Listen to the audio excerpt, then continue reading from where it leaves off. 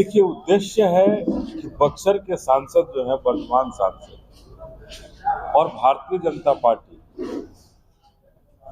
के लोग बक्सर के साथ खिलवाड़ क्यों कर रहे हैं।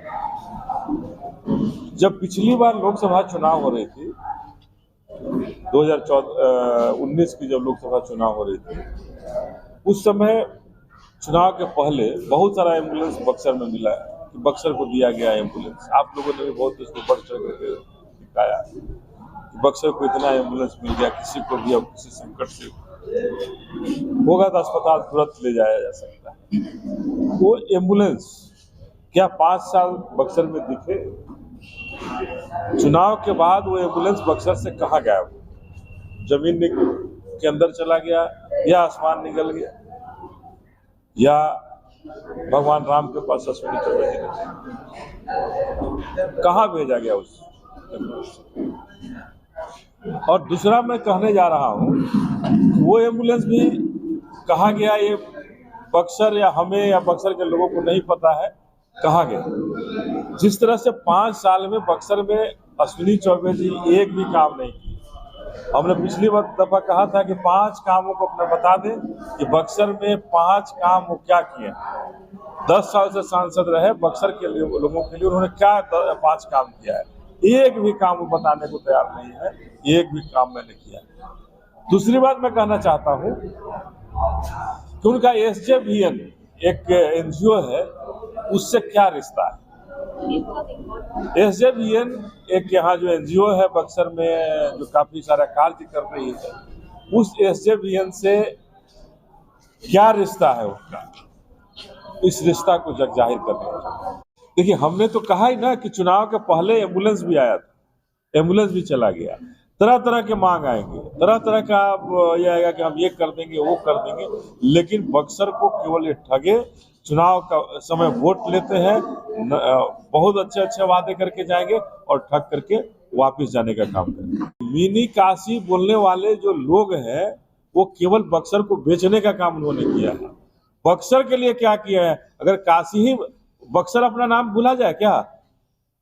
बक्सर के अपनी प्राचीन हिस्ट्री इतिहास रहा है। हम इसे काशी के नाम से जानेंगे कि मिनी काशी है? अरे भाई, हमारा बक्सर है, हम बक्सर को किसी दूसरे नाम से नहीं जाने देना चाहेंगे। हमारा बक्सर ही हमारा सब कुछ है। तो हम ये कहना चाहते हैं कि बक्सर छात्रों की बात हो, नौकरियां की बात हो, ये राम मंदिर से सब कुछ का समाधान नहीं हो सकता है। ये सब कुछ को पिरो दीजिएगा कि राम मंदिर हम बना दिए। राम मंदिर बनाने में अश्विनी चौबे जी कितना ईंटा रखे हो? कौन सा ईंट लाए थे वो बक्सर से? कौन सा खेत बेचे हैं, क्या बेच करके लगाए हैं राम मंदिर में? और राम मंदिर से मैं दावा करना चाहता हूं, राम मंदिर में तो करोड़ों भारतीयों की आस्था है, करोड़ों लोगों की हमारे भारत की आस्था है।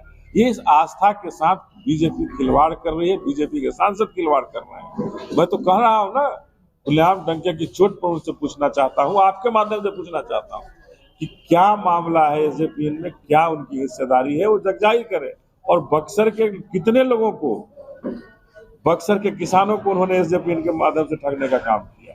बक्सर के एम्बुलेंस को घोटाला जो किए हैं, एम्बुलेंस दिखा करके लेकर चले गए, वो भी SJVN के माध्यम से घोटाला किए हैं, उसको भी बता दें। इससे बड़ा ठगेड़ा कौन होगा हमारे बक्सर के?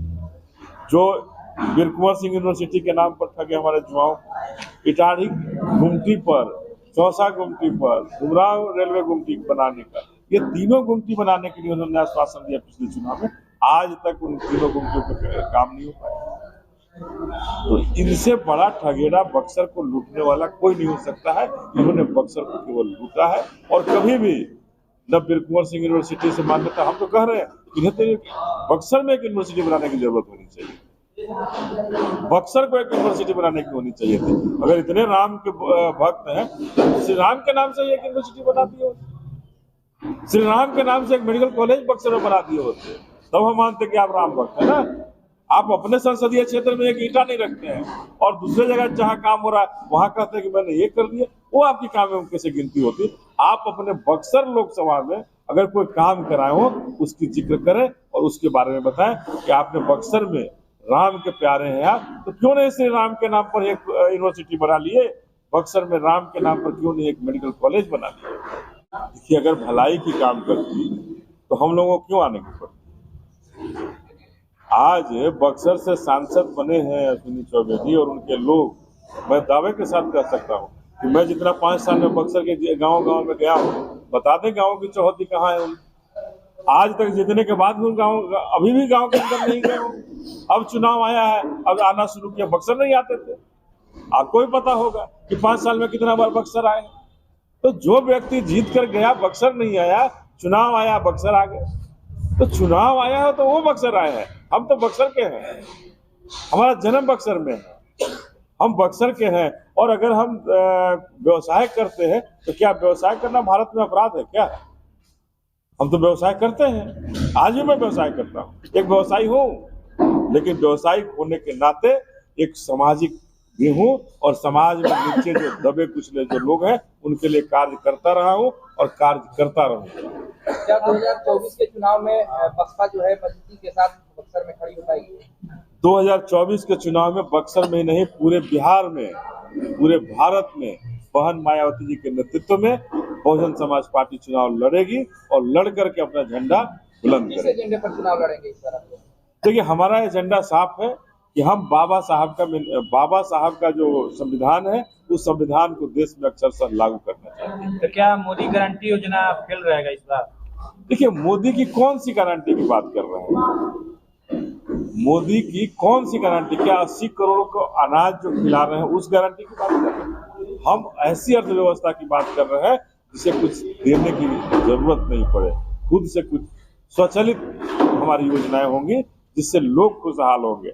हमारी ये देने वाली नहीं कि 80 करोड़ को हम दे रहे हैं, राशन दे रहे हैं, उनकी जीविका चल रही है, उनका खाना चल रहा है। हमारी पार्टी की जो सरकार होगी तो हम ऐसी अर्थव्यवस्था की वकालत करते हैं जो स्वचालित, जिसकी परिकल्पना बाबा साहब ने की, जिसकी परिकल्पना हमारे माननीय काशीराम साहब ने की थी। उस आधार पर हमारी पार्टी चले और भारत आगे चले।